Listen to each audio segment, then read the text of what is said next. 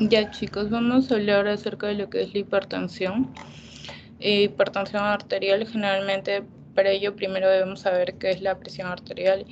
Es la fuerza ejercida por la sangre contra cualquier área de la pared arterial. Se puede expresar a través de diferentes técnicas de medición, como es la presión arterial sistólica y la presión arterial diastólica. La presión arterial se va a calcular gasto cardíaco por resistencia periférica y se dice que al aumentar tanto lo que es el gasto cardíaco o la resistencia periférica va a aumentar lo que es la hipertensión arterial.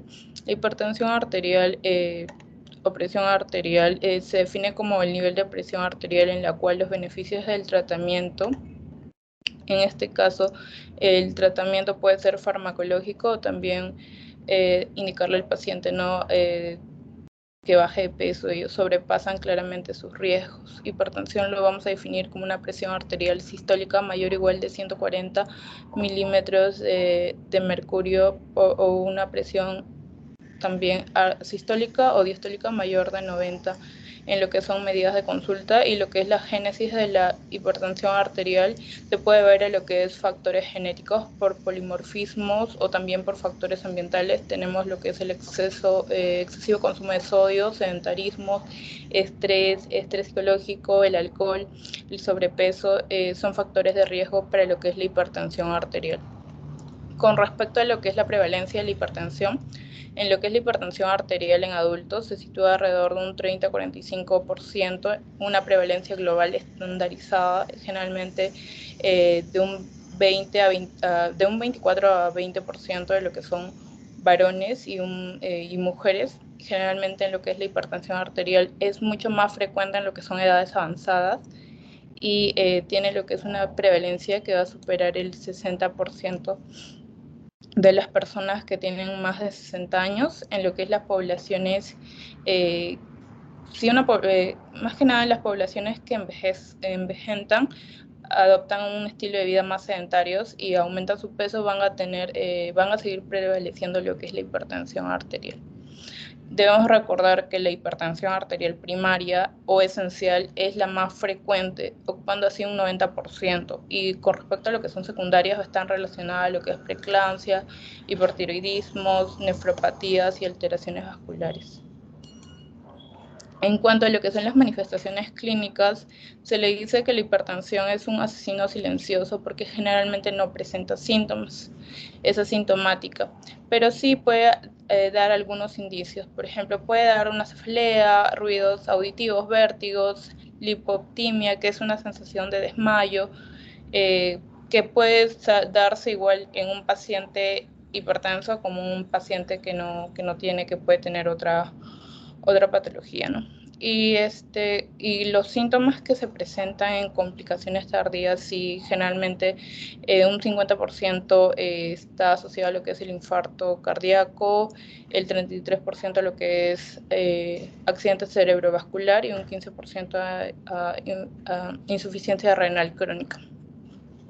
En cuanto a los signos clínicos, tenemos lo que es el choque de punta, el refuerzo del segundo ruido cardíaco, los pulsos van a estar disminuidos en lo que es el miembro inferior y se puede pensar que puede ser por una coartación de la aorta o también si se toman ambos brazos puede ser una disección aórtica. Generalmente lo que son los pulmones pueden presentar crépitos, también aneurisma de la aorta a nivel del abdomen. Generalmente también podemos ver soplos en los flancos y podemos pensar que es una estenosis arterial renal, y para eso se va a hacer la maniobra de Guyton y lo que se busca es generalmente buscar alguna masa, en lo cual la hipertensión arterial va a constituir lo que es la segunda causa de insuficiencia renal crónica, va a estar superada únicamente por lo que es la diabetes. Un aproximado 29% de los pacientes que llegan a enfermedad renal terminal van a ser provocados por la hipertensión. La enfermedad hipertensiva se puede dar por cardiovasculopatía hipertensiva, por aterosclerosis, aterotrombosis. La cardiovasculopatía puede generar hipertrofia, apoptosis, disfunción endotelial en aterotrombosis o proliferación, y todo ello va a ocasionar tanto accidentes cerebrovasculares, infarto de miocardio agudo, insuficiencia renal crónica, insuficiencia congestiva. Cuando la hipertensión, acá en lo que es la génesis de la hipertensión, se puede producir una hipertrofia ventricular izquierda, puede haber una disfunción y se va a producir una insuficiencia cardíaca. En cuanto a lo que es la exploración del fondo de ojo, según Kay Warner, va a indicar que existen cambios vasculares de lo que es la retinopatía hipertensiva. El grado 1 se le asocia a lo que es el estrechamiento de luz arteriolar. El grado 2 está asociado con lo que es el signo de Gunn. Acá lo podemos ver que es un entrecruzamiento arteriovenoso con aplastamiento de la vena. El grado 3 está asociado a lo que son hemorragias y exudados, y el grado 4 a lo que es un edema papilar retiniano, generalmente retiniano, en lo que es hipertensión maligna. Acá la hipertensión arterial va a ocasionar que es la disfunción sistólica, ocasionando así lo que es un síndrome de bajo gasto cardíaco. Puede ocasionar también arritmias y también puede ocasionar disfunción diastólica, ocasionando así edemas. En cuanto a lo que es la hipertensión arterial, se puede ocasionar por diversos factores. Puede ser la edad, el sexo, la obesidad. Generalmente se da más en hombres. Puede ocasionar lo que es una hipertrofia ventricular izquierda, y esto se da también por la acumulación de lo que es la ingesta de sal. Se generan más catecolaminas y se va a producir viscosidad sanguínea, y también esta hipertrofia lo que va a hacer es alterar lo que es el llenado ventricular izquierdo. Va a haber una alteración en lo que es la contractibilidad, isquemia miocárdica y arritmias. Y generalmente isquemias miocárdicas ocasionan infartos, en arritmias, muertes súbitas. Y acá, lo que es historia natural de la hipertensión, generalmente es prehipertensión y hipertensión establecida. Cuando es no complicada es la muerte súbita. Y generalmente es maligno, los que no tienen síntomas malignos, ¿no? Cuando es complicada, si tiene accidente cerebrovascular, en riñón es nefroesclerosis, en lo que es fallas cardíacas más que nada. En cuanto a lo que es la clasificación de la hipertensión, eso es lo que le van a tomar en este cuadrito. Se van a basar en lo que es la presión arterial sistólica. Alta va a ser de 130 a 139 y 85 a 89 en cuanto a lo que es la diastólica, y generalmente la hipertensión en sí se considera mayor de 40, ¿no? En el estadio 1, y mayor de 90 en lo que es diastólicas. Acá también se va a basar en lo que es una guía europea. Esto no lo toman como en el examen, no, esto generalmente se basan en esto. Pero acá lo califican de acuerdo a óptima, normal, alta, hipertensión de grado 1, también hipertensión de grado 2, hipertensión sistólica aislada. En cuanto a lo que es la epidemiología mundial, latinoamericana y peruana, generalmente en lo que es la hipertensión, el 20 al 25% de los adultos tienen hipertensión, y en lo que es a nivel mundial, y en el Perú un 24% de la población peruana mayor de 18 años presenta lo que es la hipertensión arterial. Y acá podemos ver lo que es una prevalencia de lo que es la hipertensión en Europa y en lo que es América del Norte. Vemos que tiene mayor frecuencia Alemania. La prevalencia de la presión arterial elevada en la población va a explicar un informe porque ha sido citado que la presión arterial elevada es como la primera causa en el mundo, según uno de los informes. Las causas de lo que es la hipertensión arterial, la primaria o idiopática, que es de causa conocida. En lo que es la arterial, la hipertensión secundaria puede estar asociada a muchos factores. Puede ser renal, puede ser endocrinas. Endocrinas puede verse a Cushing, puede verse a lo que es cortación de aorta, feocromocitoma. En este caso, indicadores para sospechar de un paciente de hipertensión secundaria o hipertensión resistente. Generalmente se inicia antes de los 30 y vuelve de nuevo a los 60 años. Se agrava, generalmente el paciente El paciente puede roncar, puede ser un paciente hipertenso obeso, podemos asociarlo con un síndrome de apnea de sueño, también paciente joven hipertenso, tiene cefalea, palpitación o sudoración, podemos asociarlo con un feocromocitoma, que es un tumor benigno en sí, pero está asociado también con lo que es la hipertensión. Generalmente también tenemos soplos abdominales, hipocalemia, crisis, hipertensión, palpitaciones, sudoraciones, cefaleas. Acá también se presenta ronquidos, somnolencia diurna, sobrepeso. Pacientes sobrepeso generalmente se le asocia a hipertensión. La hipertensión arterial se va a medir directamente a través de lo que es la línea arterial en la misma arteria. Generalmente eso se da en lo que son pacientes en UCI, indirectamente con el esfingonanómetro.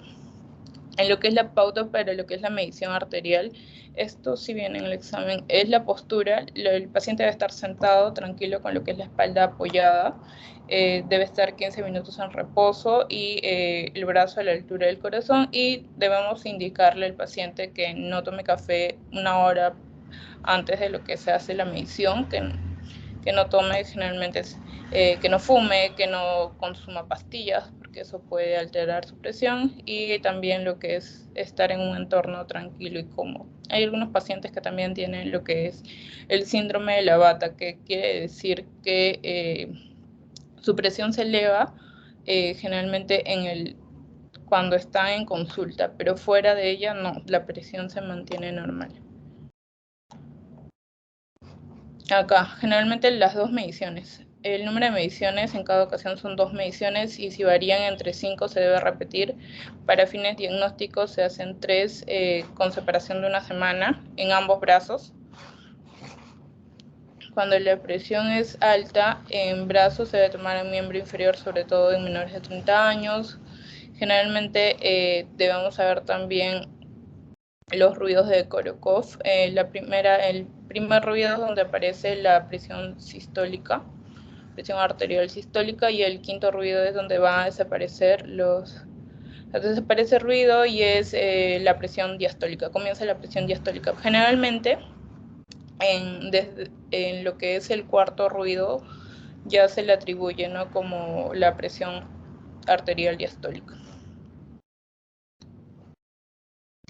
Si son débiles los ruidos, tiene que decir al paciente que eleve el brazo, que contraiga y luego se vuelve a realizar lo que es la medición. En cuanto a lo que son los exámenes auxiliares, vamos a tener lo que es generalmente el ecocardiograma, que va a presentar lo que es el síndrome, el signo de lo que es la hipertrofia del ventrículo izquierdo. En las ondas R altas, generalmente las ondas S son profundas. En lo que es una radiografía de tórax, vemos acá se ve un paciente normotenso, un paciente hipertenso. En lo que es la ecocardiografía vamos a ver una hipertrofia ventricular izquierda. Los ventrículos van a estar más expandidos. En cuanto a lo que es el mapa, es la información obtenida mediante lo que es un equipo de monitorización ambulatoria de la presión arterial. Se va a procesar informáticamente con lo que se obtiene, y los gráficos tensionales, las curvas. Generalmente se considera que un paciente presenta un buen control tensional por mapa cuando tiene medidas menores de 135 y menores de 85 en periodo de vigilia. En cuanto a lo que es la crisis hipertensiva,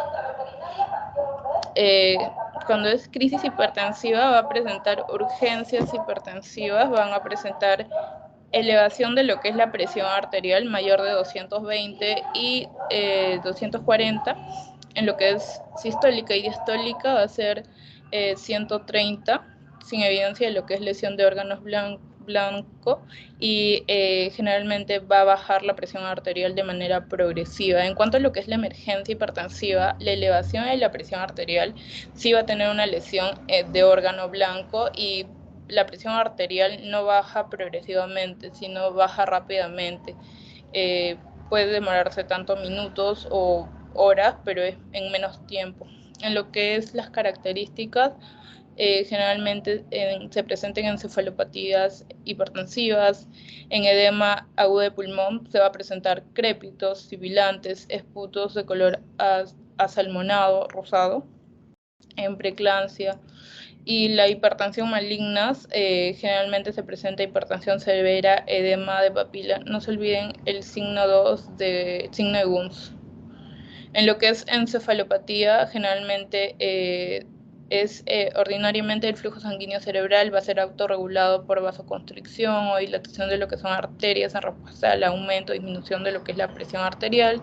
Y en normotensos, la presión arterial media va a estar en 60 y 120, y en hipertensos crónicos va a estar en 110 y 180. Manejen estos valores de acá. Se desarrolla en días, puede presentar cefaleas, náuseas, alteraciones, focalizaciones, puede presentar en focalización, puede ser hemiparesias. Acá, por ejemplo, también presentan convulsiones y retinopatía. Y con respecto a lo que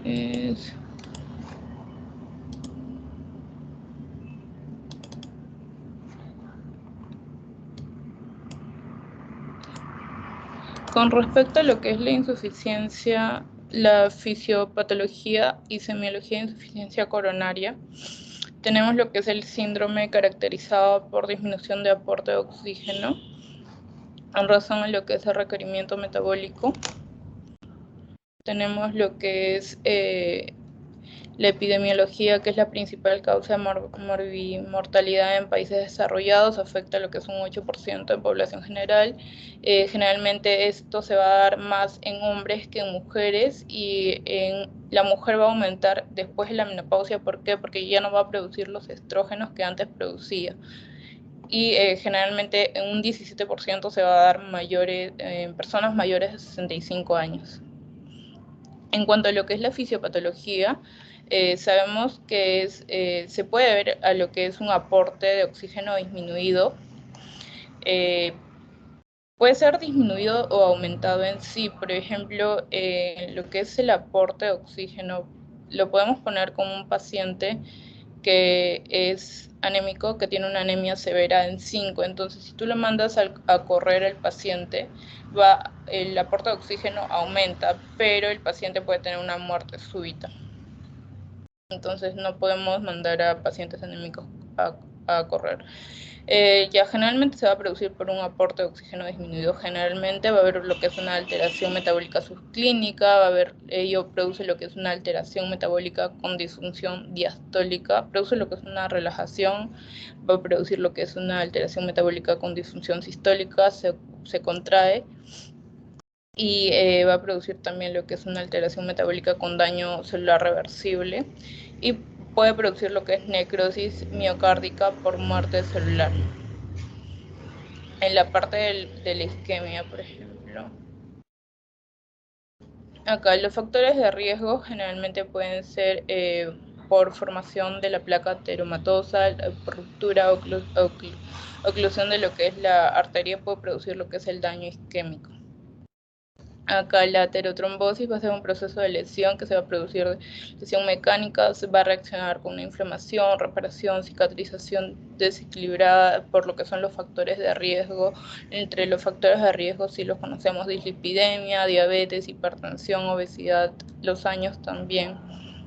Ese proceso tiene lugar en un territorio delicado, desequilibrio de importantes consecuencias. Generalmente, ¿qué pasó?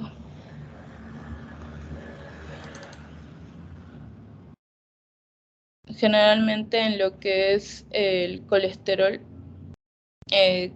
circula en la sangre englobada lo que son lipoproteínas de baja densidad, que en este caso son el colesterol malo que se conoce, y las de alta, colesterol bueno. Estos son los factores que van a incursionar en lo que es la fisiopatología.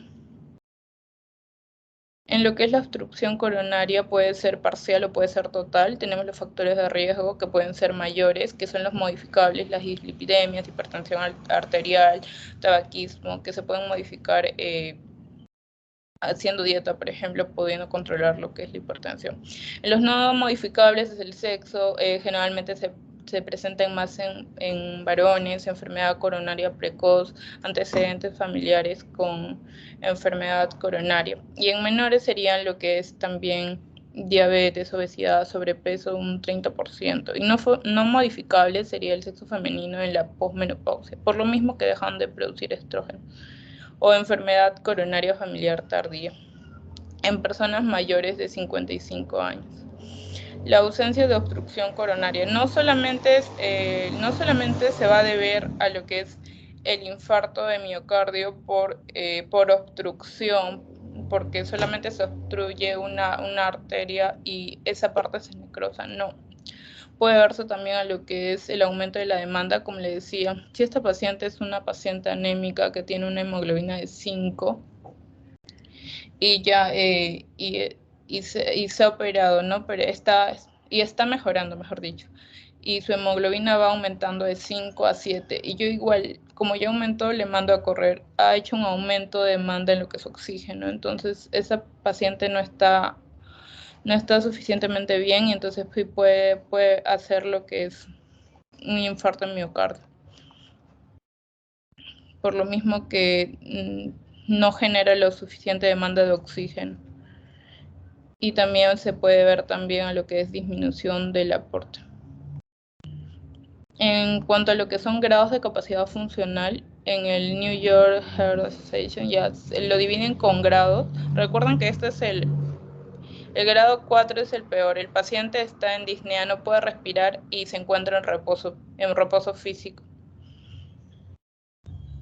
En cuanto a lo que son las manifestaciones clínicas, la cardiopatía isquémica subclínica sintomática solo se puede asociar o diagnosticar con exámenes auxiliares. Eso quiere decir, por ejemplo, que tenemos un paciente que tiene unos 35 años, por ejemplo, que ha tenido un dolor torácico y que se va a la clínica a verificar y su ecocardiograma sale que está dentro de los márgenes, está bien, sus enzimas cardíacas ninguna se han levantado, pero el paciente es candidato a tener lo que es una cardiopatía isquémica. ¿Por qué? Porque tiene diabetes, tiene sobrepeso. Entonces, para eso nosotros nos podemos ayudar de otros exámenes para verificar qué tanto podemos encontrar. Por ejemplo, en este caso el paciente solamente se le hizo su ecocardiograma, ¿no? Pero se le puede pedir un examen de enzimas, ¿no?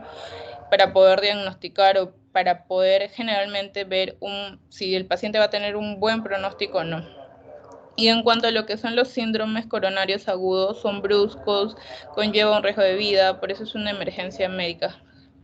Generalmente por obstrucción, son bruscos. En lo que es angina inestable de reciente comienzo, va a aparecer un dolor en cualquier momento, va a ser menos de 20 minutos, el tiempo es menos de 3 meses de evolución, puede aparecer 1 o 2 veces, pero no es constante, es menos de 3 meses.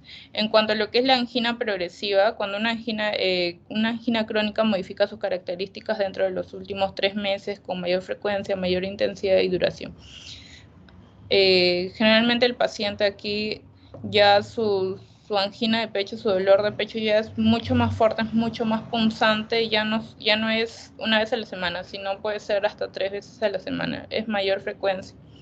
Y también va a sentir lo que es la disnea, la clase funcional, y la duración del dolor ya no va a durar menos de 20 minutos, va a durar un poquito más.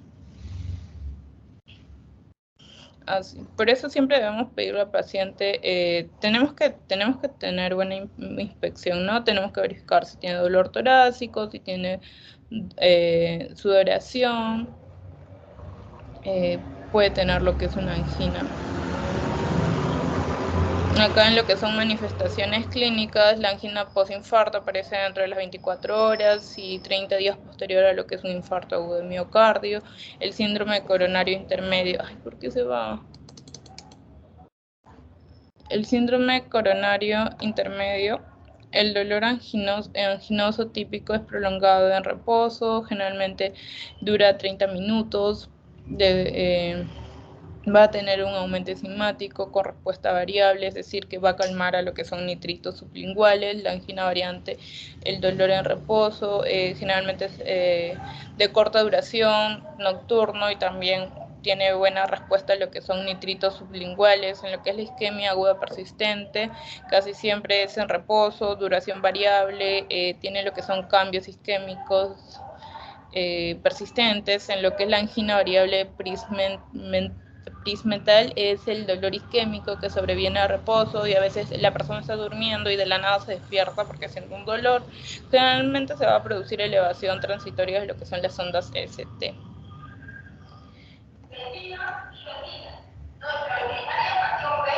A ver, y en cuanto a lo que son las manifestaciones clínicas, el paciente va a presentar dolor torácico retroesternal y se va a irradiar hasta la mandíbula o el miembro superior en la parte izquierda. Va a tener sensación, el paciente va a indicar que ya se está muriendo, que tiene sudoración, que no puede respirar, y que cuando le hacemos el electrocardiograma efectivamente vamos a ver cambios. En cuanto a lo que es el infarto agudo de miocardio, dolor anginoso típico, reposo en más de 30 minutos, sensación de angustia, sensación de ahogo. El infarto agudo de miocardio va a dar más de 30 minutos y generalmente sí se puede producir lo que es la muerte súbita muerte súbita, o se puede producir dentro de las 24 horas de comienzo de los síntomas. Se puede ver por lo que es un paro cardíaco, una fibrilación ventricular secundaria isquémica. Puede verse por taponamiento cardíaco agudo, insuficiencia cardíaca aguda grave, puede tener mareos, disnea, dolor, palpitación. Acá podemos ver un paciente en la cual se produce lo que es la fibrilación ventricular. Acá vemos que no tienen ondas SP. A ver, lo voy a silenciar. ¿Cómo lo silencio? A ver, un momento. ¿Cómo lo silencio? Ya, ahí se callaron. Ya. En cuanto a lo que es la fibrilación ventricular, podemos ver que acá no se dan lo que es el corazón prácticamente está temblando, no hay muchas ondas, no hay ondas S, QRS, generalmente está temblando el corazón y se produce lo que es esta fibrilación ventricular y el paciente finalmente muere. En lo que es el síndrome isquémico crónico,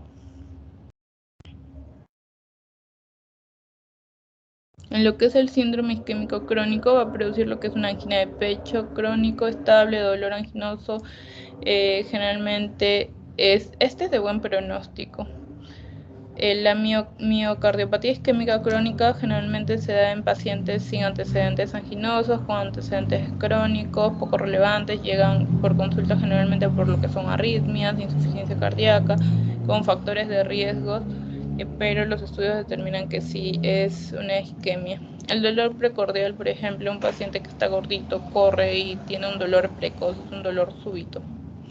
Sería una aparición súbita posterior al esfuerzo físico, luego de lo que es una comida abundante también. La localización es retroesternal típica, se irradia generalmente lo que es el hombro izquierdo, al borde de brazo, antebrazo. Generalmente el paciente presenta sudoración, disnea, sensación de debilidad, intensidad. El dolor, en lo que es el dolor precordial, es un dolor opresivo y calma con la administración de nitroglicerina sublingual. Es por esfuerzo físico, generalmente por exposición también a lo que es el frío o también la excesiva ingesta de comida. En los exámenes complementarios nosotros le vamos a pedir la electrocardiograma para verificar si hay inversión o simetría de lo que es la onda T, que generalmente cuando hay simetría es porque se está dando un infarto. El electrocardiograma también de esfuerzo, y también vamos a pedir estudios, por ejemplo, electrocardiograma bidimensional, la tomografía de la resonancia magnética cardíaca. Acá vamos a ver una angiografía. Acá le están colocando un stent al paciente. En cuanto al diagnóstico, tenemos que hacer al paciente la anamnesis, el examen físico, el electrocardiograma de reposo, las enzimas cardíacas, Los exámenes complementarios se reservan para poder confirmar y definir diagnósticos dudosos o también para poder establecer un buen pronóstico o un mal pronóstico. Recordemos que lo primero que se eleva es la mioglobina, pero el más específico va a ser la troponina.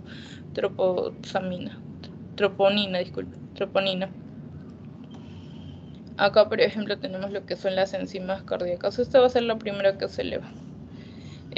Por ejemplo, esto va a ser, su pico máximo es 24 horas y luego puede bajar de 5 a 10 días como máximo permanece. Pero si la enzima se encuentra en un día 12, en la troponina, es la troponina T. Estas son las más específicas.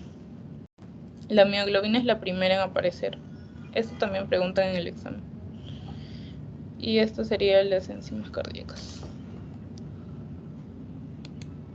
En cuanto... A ver, un momento, por favor.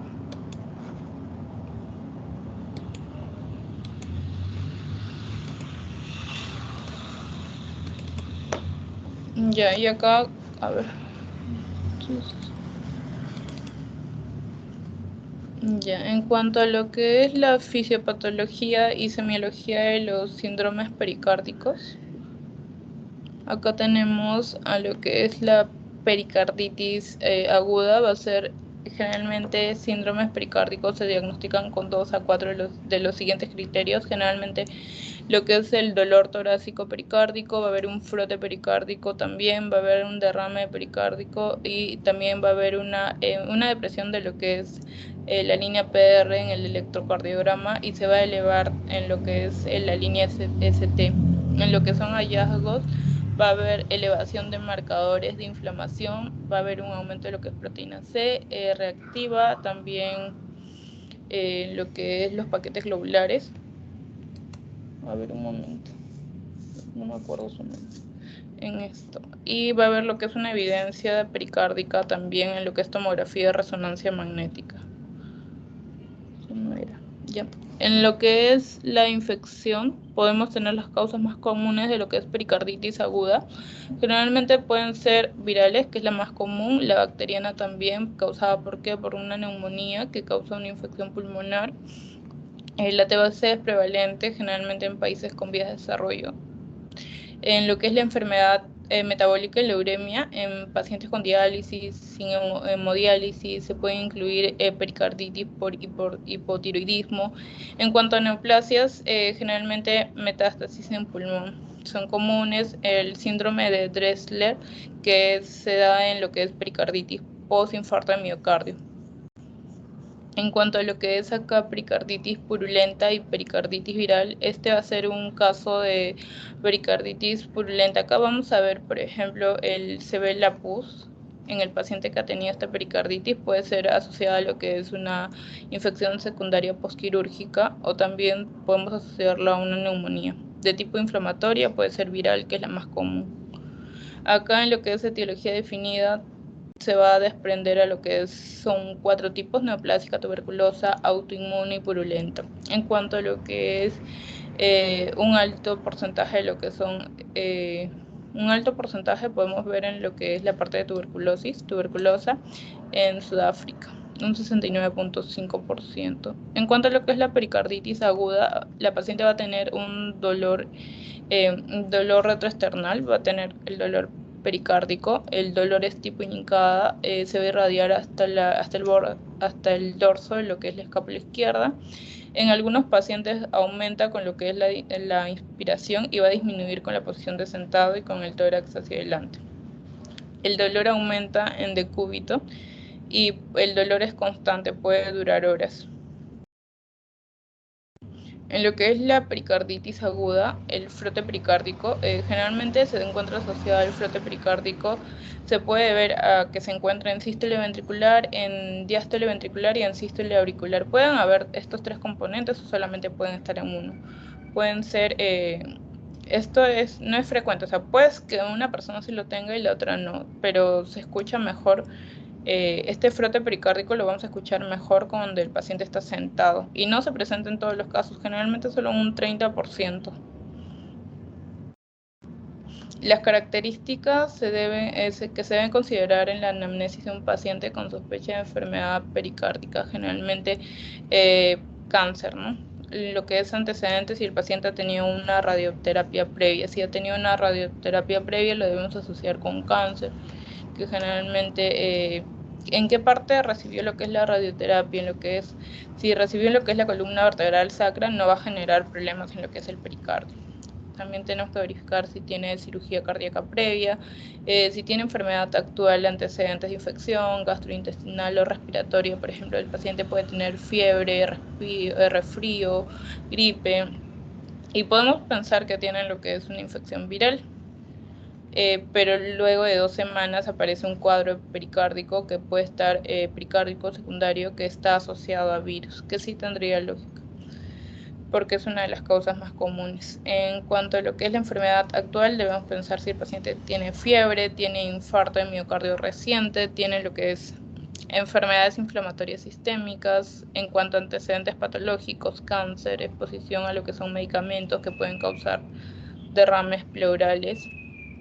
En cuanto a lo que es la pericarditis aguda, los signos y síntomas y comparación entre lo que es la etiología idiopática y viral y la etiología definida.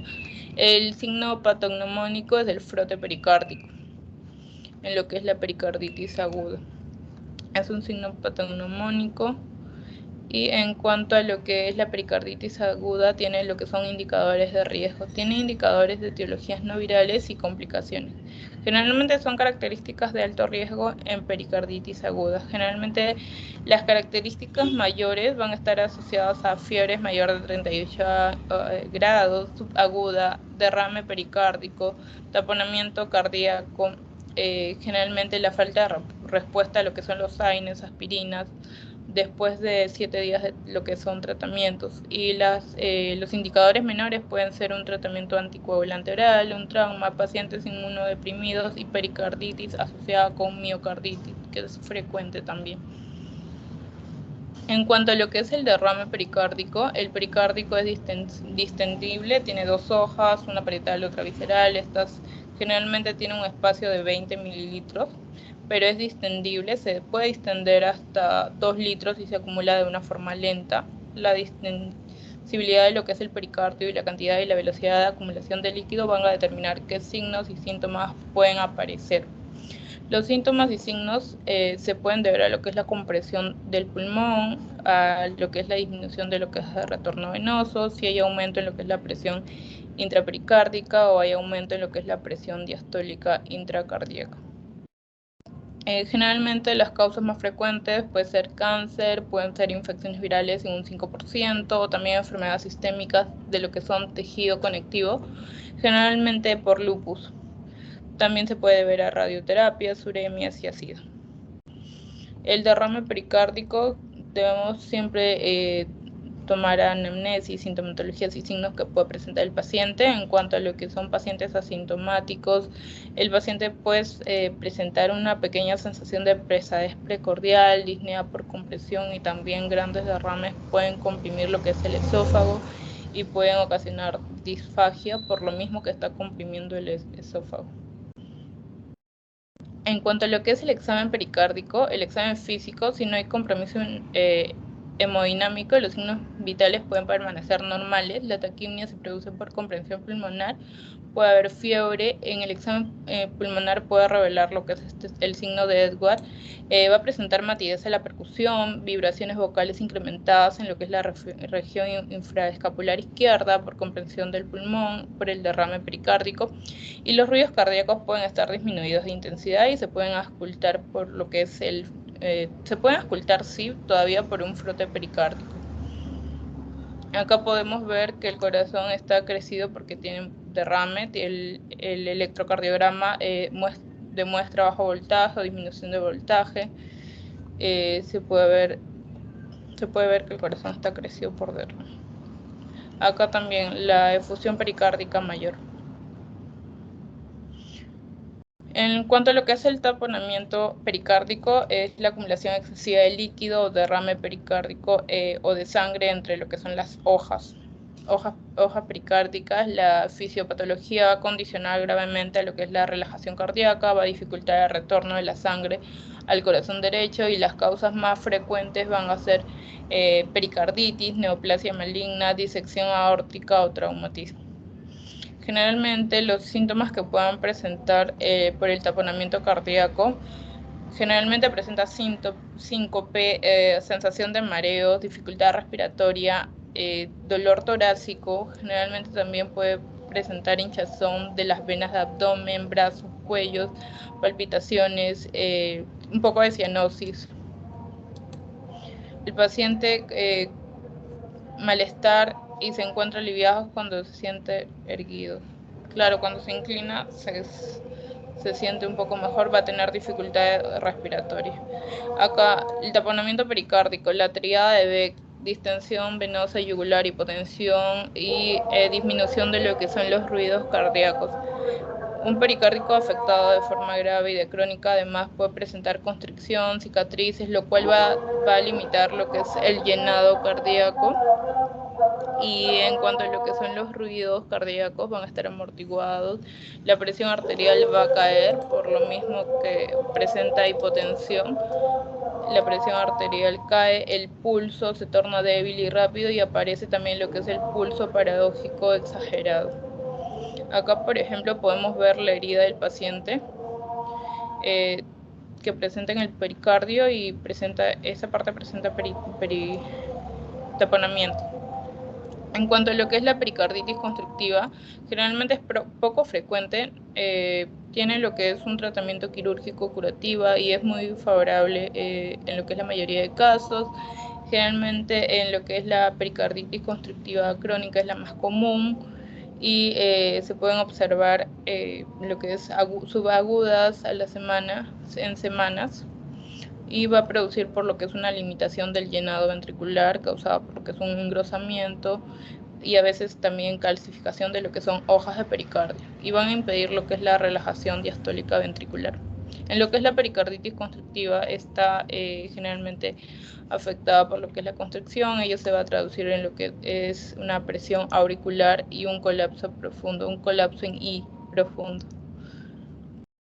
El cuadro clínico, disnea, edema en lo que son miembros inferiores, distensión abdominal, astenia, generalmente va a aparecer ante esfuerzos tanto pequeños, grandes, y ortopnea, que es dificultad para respirar también cuando el paciente está sentado.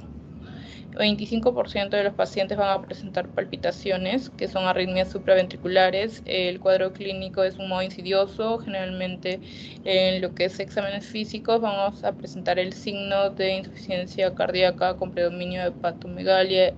Puede presentar también edemas, ascitis en un 80% y van a estar acompañados de lo que es la ingurgitación yugular severa. Acá también se va a presentar el tercer ruido. En lo que es pericarditis constructiva, en lo que es la tomografía, vamos a ver un engrosamiento de lo que es el pericardio y también calcificaciones por el derrame pleural agregado. Calcificación. En cuanto a lo que es el diagnóstico diferencial de la pericarditis constrictiva, la cirrosis, generalmente ascitis, edemas, diagnóstico diferencial estenosis, miocardiopatía dilatada, el cor pulmonar crónico, el síndrome de la vena cava superior. Los datos para lo que es el diagnóstico diferencial entre lo que es la miocardiopatía restrictiva y la pericarditis constrictiva. Generalmente lo que es la pericarditis constrictiva sí vamos a ver calcificaciones en lo que es la radiografía de tórax y también vemos presiones diastólicas igualadas. Generalmente vamos a ver un aumento de grosor del pericardio en la ecocardiografía y se van a visualizar calcificaciones. Y acá vamos a ver en el tercer ruido cardíaco va a estar lo que es la miocardiopatía restrictiva, va a haber un golpe pericárdico clásico de lo que es la pericarditis constrictiva y también generalmente los síndromes pericárdicos se evolucionan entre sí y la pericarditis constructiva es curable cuando se detecta a tiempo, y recordar también que lo que es la pericarditis, en las calcificaciones generalmente se da en pericarditis constructiva.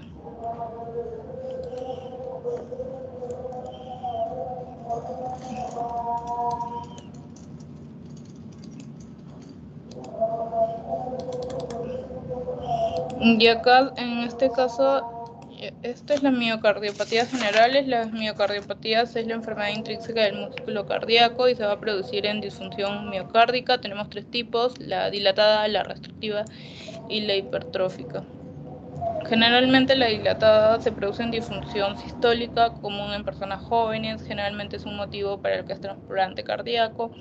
Generalmente el 50% de los casos es motivo genético congénito. Son defectos genéticos de la proteína del citoesqueleto, un 20% es idiopática, y exposición tóxica también tiene un porcentaje. La miocarditis infecciosa se puede ver a un 10 a 15% a virus, enfermedad de Chagas, tripanosoma. Lo que son los signos, podemos verificar que disnea, insuficiencia cardíaca, fracción de eyección reducida. El paciente va a tener dolor torácico. En algunos casos no es muy clásico. Va a haber elevación de presión venosa yugular, y en los exámenes que se les solicitan va a ser la radiografía de tórax. También vamos a verificar en el electrocardiograma, va a haber crecimiento de aurículas, las ondas QRS de bajo voltaje o desviación del eje a la izquierda. Puede también ocurrir lo que es el bloqueo de rama izquierda debido a lo que es la dilatación cardíaca. En lo que es la miocardiopatía dilatada, en la radiografía podemos ver la cardiomegalia difusa y también las cámaras cardíacas dilatadas. En cuanto a lo que es la miocardiopatía restrictiva, va a resultar de lo que es un miocardio rígido, no está distensible. Generalmente la miopatía infiltrativa se da por amiloidosis, que es la causa más común, sarcoidosis también, hemocromatosis también, que es acúmulo de hierro en el corazón. Va a haber lo que es una deficiencia enzimática, por ejemplo en la enfermedad de Pompe, en la cual va a haber una disminución de lo que es la alfa-glucosidasa lisosomal. La más común es la miopatía infiltrativa por amiloidosis. Acá podemos ver la amiloidosis cardíaca. Acá vamos a ver una biopsia en el corazón. Generalmente las paredes en las restrictivas van a estar engrosados, la cual hay una tinción positiva, se ve el amiloide cardíaco. Y hemocromatosis, que es hierro. Va a haber acúmulo de hierro en el corazón. En cuanto a las miocardiopatías restrictivas, las paredes del ventrículo derecho e izquierdo van a estar engrosadas de una manera muy notoria, y la principal amiloidosis cardíaca. En cuanto a lo que es los diagnósticos, hallazgos clínicos, exámenes auxiliares, crepitantes, edemas periféricos, van a haber un aumento de lo que es la presión venosa yugular. La fracción de eyección está normal. En lo que es el examen que se le solicita es el electrocardiografía, que es el mejor examen, pero también como auxiliares podemos solicitar el electro y también la radiografía de tórax. Va a haber edema periférico. En lo que es la miocardiopatía hipertrófica, generalmente se va a producir por una disfunción diastólica. La gran mayoría de los casos presentan cardiomiopatía obstructiva hipertrófica. La hipertrofia es más prominente en lo que es el septum interventricular, en el ventrículo izquierdo, y generalmente se obstruye el flujo de sangre y disminuye lo que es la precarga. Se produce por dilatación de lo que son vasos periféricos. Acá vemos una hipertrofia severa donde se comparan ambos ventrículos. Y acá también el septum está hipertrofiado.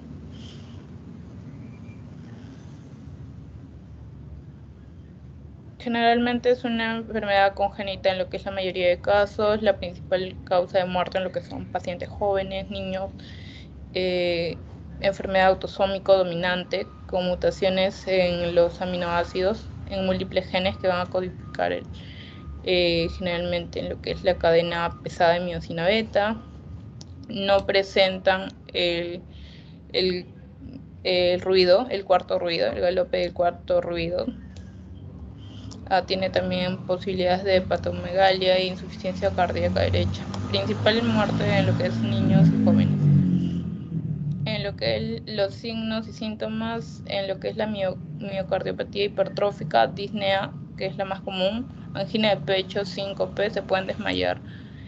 Puede ocurrir muerte súbita debido a lo que son las arritmias ventriculares. El soplo eyectivo, va a haber obstrucciones en el tracto de salida, se le pide ecocardiografía. Para un diagnóstico confirmativo, el tabique interventricular debe estar engrosado en 1.5 veces la pared posterior de lo que es el ventrículo izquierdo también.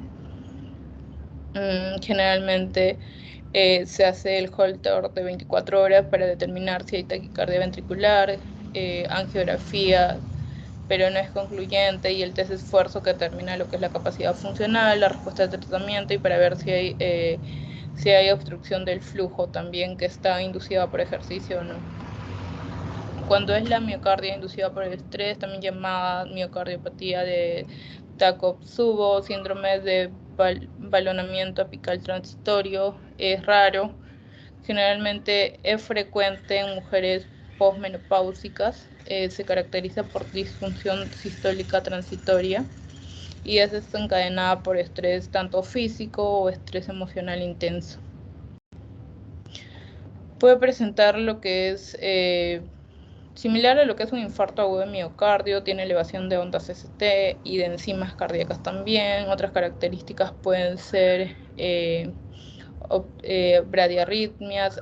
En lo que es la angiografía coronaria no es significativa, generalmente puede ocasionarse por lo que es el exceso de catecolaminas, causando espasmos a la arteria coronaria y disfunción microvascular o toxicidad, pero es mediada por catecolaminas. Y es poco frecuente. En lo que es la miocarditis, es la enfermedad del miocardio con un infiltrado inflamatorio, daño al músculo cardíaco, sin obstrucción de las arterias coronarias o otras causas no infecciosas, puede llevar a lo que es una miocardiopatía dilatada. Generalmente las infecciones adenovirus, lo que es la proteína M streptococcus, que es la toxina de la difteria.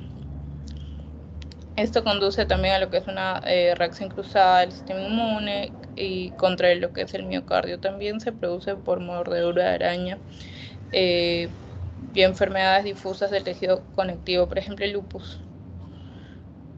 lupus eritematoso sistémico, enfermedad de Kawasaki, van a producir la enfermedad cardíaca por miocarditis.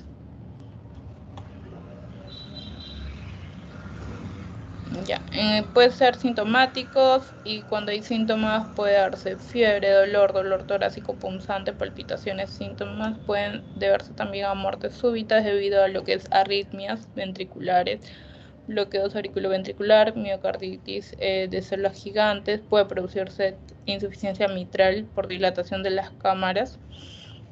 Miocarditis en sarcoidosis, se puede producir también arritmias, hipercalcemias. Fiebre reumática también, miocarditis en un 50-90%. Se puede producir hipersensibilidad por erupción maculopapular. Si es que el paciente ha recibido algún fármaco, por ejemplo en el caso de las sulfas. Y los miocarditis de células gigantes, taquicardia ventricular sostenida, insuficiencia cardíaca, miocarditis periparto se produce en el último trimestre de la gestación hasta los 6 meses después del parto. No es muy común generalmente. Y lo que son los exámenes auxiliares, electrocardiograma, radiografía de tórax. También hacemos lo que es la biopsia, el cateterismo cardíaco y biopsia hemiocárdica. Esta es la prueba de oro con respecto a lo que es la miocarditis. La resonancia magnética también puede ayudar. Y el hemograma, siempre se pide hemograma. Y eso sería todo. Ahorita les voy a pasar para el post-test y me lo envían. para calificar. Y chicas, quería decirle que el día de mañana vamos a hacer un seminario, un repaso con todos los temas, y en la tarde Julio también va a hacer un repaso con respecto a todo lo que es cardio. Mañana nosotros hacemos todos los temas hasta respiratorio, hasta antes de comenzar cardio. Ahorita les paso el link, por favor. Si tienen alguna duda, sí me avisan.